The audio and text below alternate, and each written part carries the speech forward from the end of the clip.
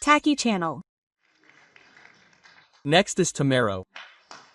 I'm Tamaro, the leader of the Democratic Party for the People. First of all, I would like to express my gratitude to the Prime Minister. The abolition of the provisional gasoline tax rate. This is something we have been calling for since the 2021 House of Representatives election, and thanks to the Prime Minister's leadership, it has finally been decided that it will be abolished within the year. It will start tomorrow. It will be reduced by another 5 yen, and on December 11th, it will be reduced by another 5 yen, to 25 yen, a 10-point reduction. On December 31st, the provisional tax rate will be abolished and switched to a tax cut. This is something that many people, especially those who drive in rural areas, have been hoping for, and it was abolished due to the Prime Minister's wishes. Logistics costs will be reduced, and this will have the effect of lowering prices. I am happy that this has been realized, and I would like to express my gratitude to the Prime Minister, Iwawa, and the members of each party for their efforts and the process. In fact, the abolition of this provisional gasoline tax rate was one of the items in the third-party agreement reached on December 11th of last year by the Secretaries General of our party, Mr. Shinma, the then Secretary General of the Liberal Democratic Party, Mr. Moriyama, and Mr. Nishida of the Komeito Party. As I mentioned in my representative question, if this third-party agreement can be realized, we will cooperate in creating an environment for political stability. However, there is one more important issue that remains. It is the raising of the so-called annual income threshold. First, I would like to confirm with the Prime Minister. I would like to confirm whether he will firmly uphold the other promise of this third-party agreement, which is to raise the so-called 1.03 million yen threshold to 1.78 million yen.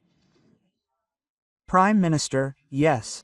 Since this is a promise made by the third and fifth parties, let's work together to overcome this obstacle while making various efforts. The reason I am saying this is that political stability is very important. I would like to ask for your support. And as Representative Tamaki said, of course I agree with increasing take-home pay. And now, in order to grow the economy, we absolutely must reduce this wage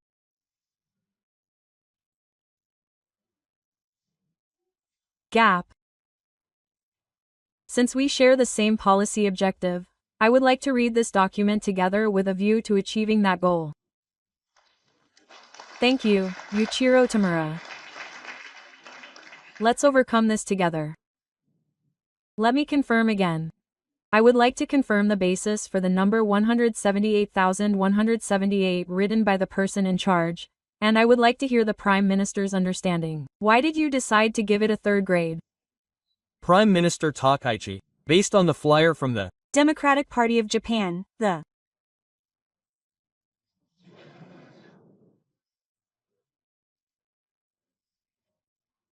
foundation allowance was finally raised in 1995. I understand that this number was calculated by multiplying the minimum taxable income of 1.03 million yen at that time by the minimum wage increase rate.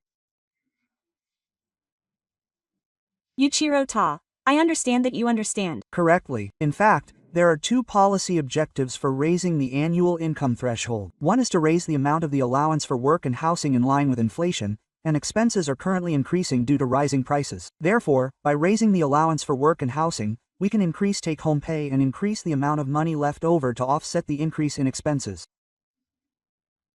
This is one of the purposes of measures to combat rising prices. The other is, as the Prime Minister just mentioned, if we do not raise the deduction amount in line with the increase in the minimum wage, there will be millions of people who will have to adjust their income under the so-called minimum taxable income, or, to put it simply, work for a living, and keep their annual income down. I am a third-generation member of the growth strategy promoted by Prime Minister Takaichi. However, I will be frank. I believe that the bottleneck is the labor shortage. No matter how much money is spent, no matter how many factories are built, no matter how much equipment is operated, it is people who ultimately operate and create things. They are not able to work enough. They want to work, but they cannot. I want to earn money, but I can't. To put it in difficult terms, removing this constraint, or in other words, removing the constraint on labor input, is a necessary condition for realizing the growth strategy. However, when I listen to the Prime Minister's response, it seems that the rule will be raised only in line with inflation, as was stated in his previous response.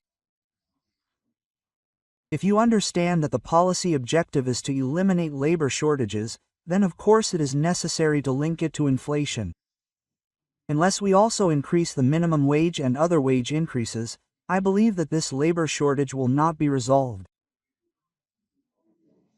I would like you to raise the minimum wage by taking into account not only inflation but also the minimum wage increase rate, and to aim for 178. What do you think? Prime Minister?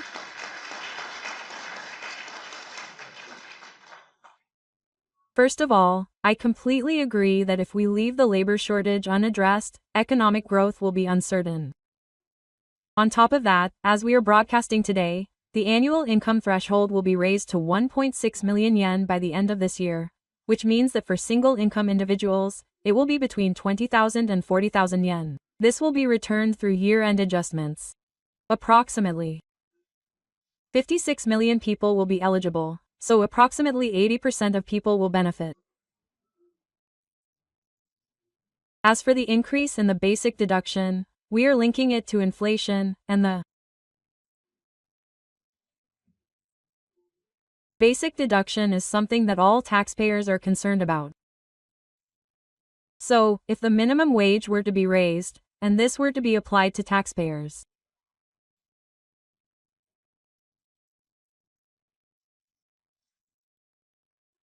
even those with fairly high incomes would benefit. So if the policy objective is to encourage people to switch jobs, then it would be better to focus on middle income and low income earners. That was the thinking of our party.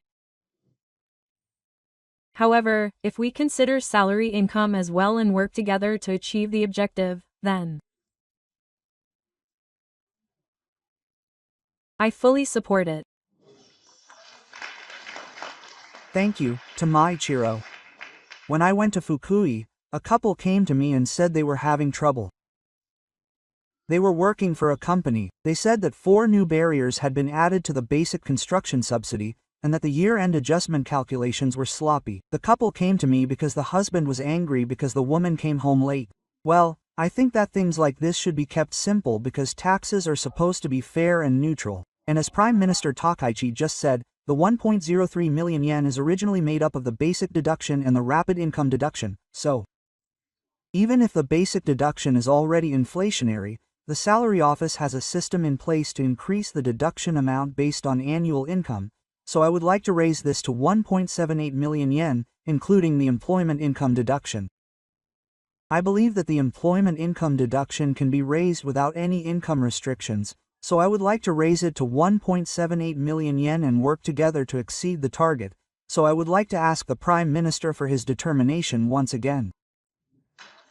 Prime Minister Takaichi, yes. Yes, including the employment income deduction, so let's work together to achieve this.